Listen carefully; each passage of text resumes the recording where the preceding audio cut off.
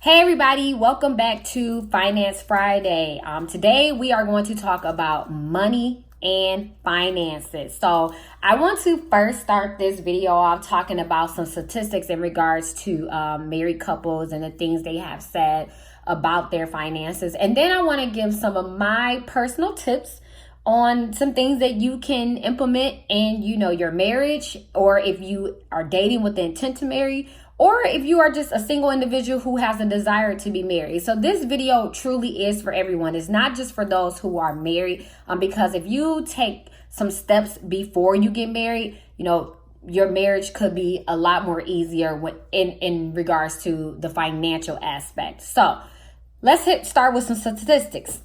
The number one issue that couples argue about is money. I'm sure everyone probably could have guessed that, right? Secondly, the second leading cause of divorce is because of money, right? And that is behind infidelity, which in other words is cheating, right?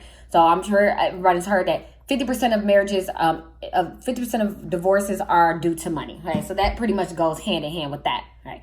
1/3 of married couples say they hide purchases from their spouse. Okay? 2/3 of married couples start off in a whole bunch of debt. Right? 94% of couples who say, hey, my marriage is great, that is because they have took the initiative to discuss their money dreams with their spouse before and during their marriage. Right? And last but not least, 63% of couples with $50,000 more in debt, they feel anxious about having that conversation with their spouse. So in other words, they just flat out avoid it. Okay. So with that being said, that leads to some things that I have to suggest to you all. And like I said, if you saw my Facebook post yesterday, if you didn't see it, obviously, go check it out. Obviously, I'm not married yet. Okay, I am still single. I am dating currently right now in a relationship, but I am not married yet. So, some may say like, okay, Jaquila, how do you feel like you have the nerve to talk about this and you're not even married yet? Well, here's the reality check. I have a lot of married couples that come see me for financial advice.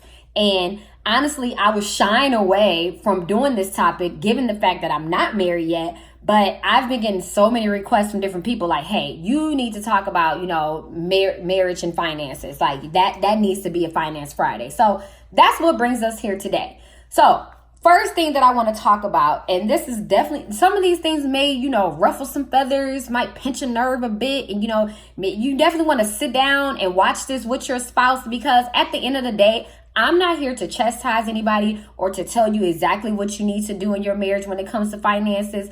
But I am here to at least offer some sound advice as an outsider to help you all build generational wealth for yourself, for your children, if you have children, or for your family overall. Okay, so anywho, the first thing that I want to suggest, you need to get a joint bank account. I cannot tell you all how many times I hear from couples that their finances are completely separate, like not one single joint account, not a joint checking account, not a joint saving account. It's like I do my thing, he or she do his thing, period. No, stop it.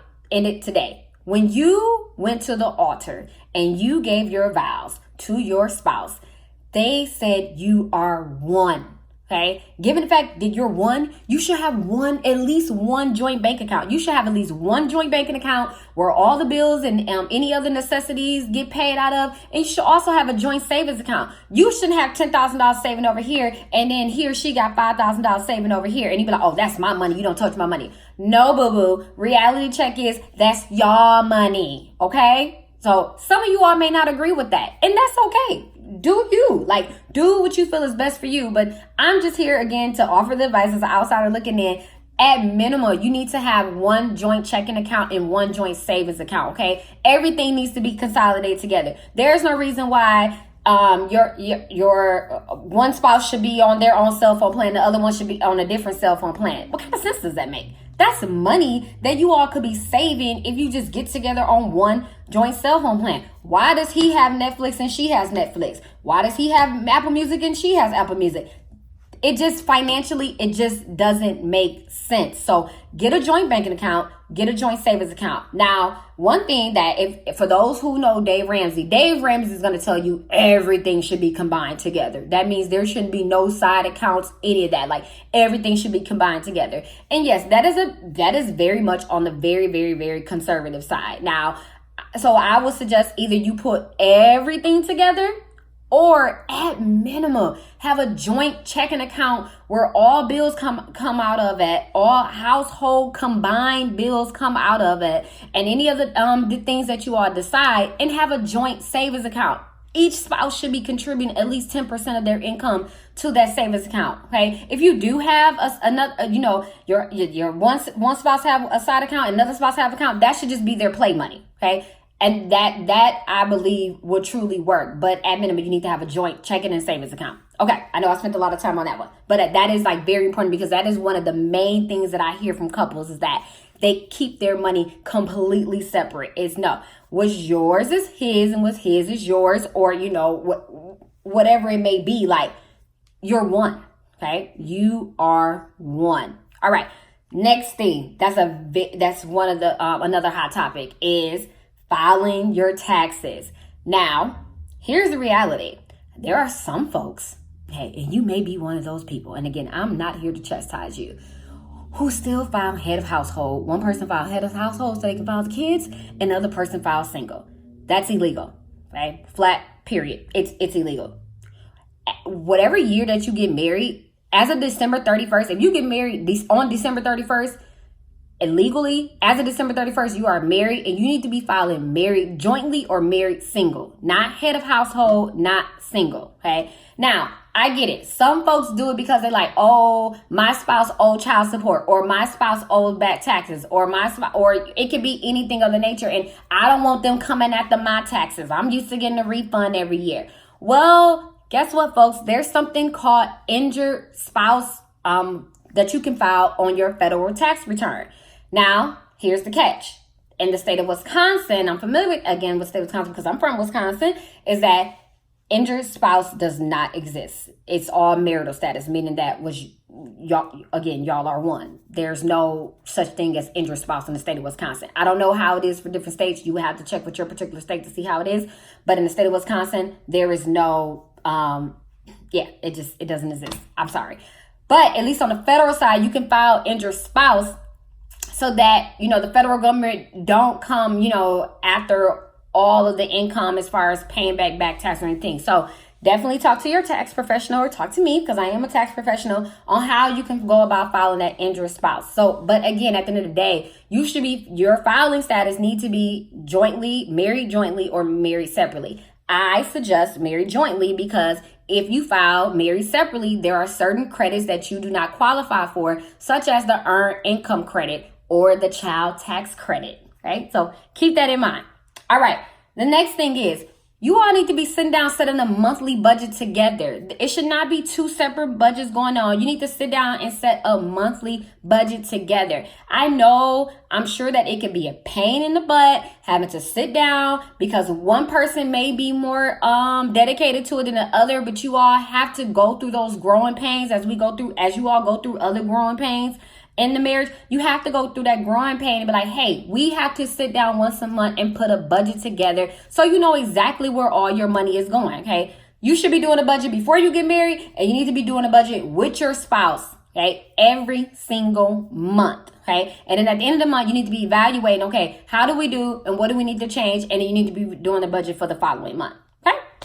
Next thing is, set some financial goals, okay? You went from having one income to two sets of incomes, okay? And now you need to set some financial goals. What do we want to achieve in the next 3 months? What do we want to achieve in the next 6 months, a year from now, 5 years from now, okay? The goal is to eat. We all need to eat out here. We shouldn't just keep working just to pay bills, especially if we're with somebody and our income, and we're one and our income is one. Figure out what it is that you all can do with any excessive money that you have coming in the door, and figure out, okay, do we want to buy? Do we want to buy a rental property? Do we want to buy a house? What do we want to do? Set financial goals together, not separately. Okay.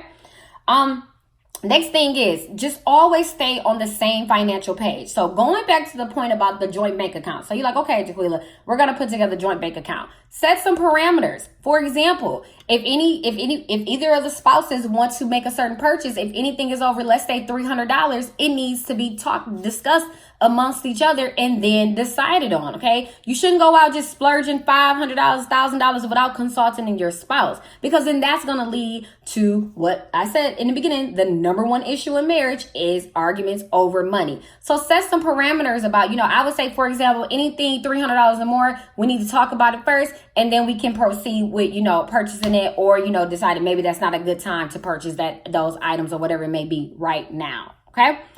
So next thing is work at keeping investing money together, okay? Again, obviously you all are going to have your separate 401ks, at your jobs, but anything outside, and, each other should be the beneficiary, I hope, on each other's 401ks. Ooh, I cringe at that because you just never know. Some people just like, I'm keeping my mama or my dad on there, or my kids only.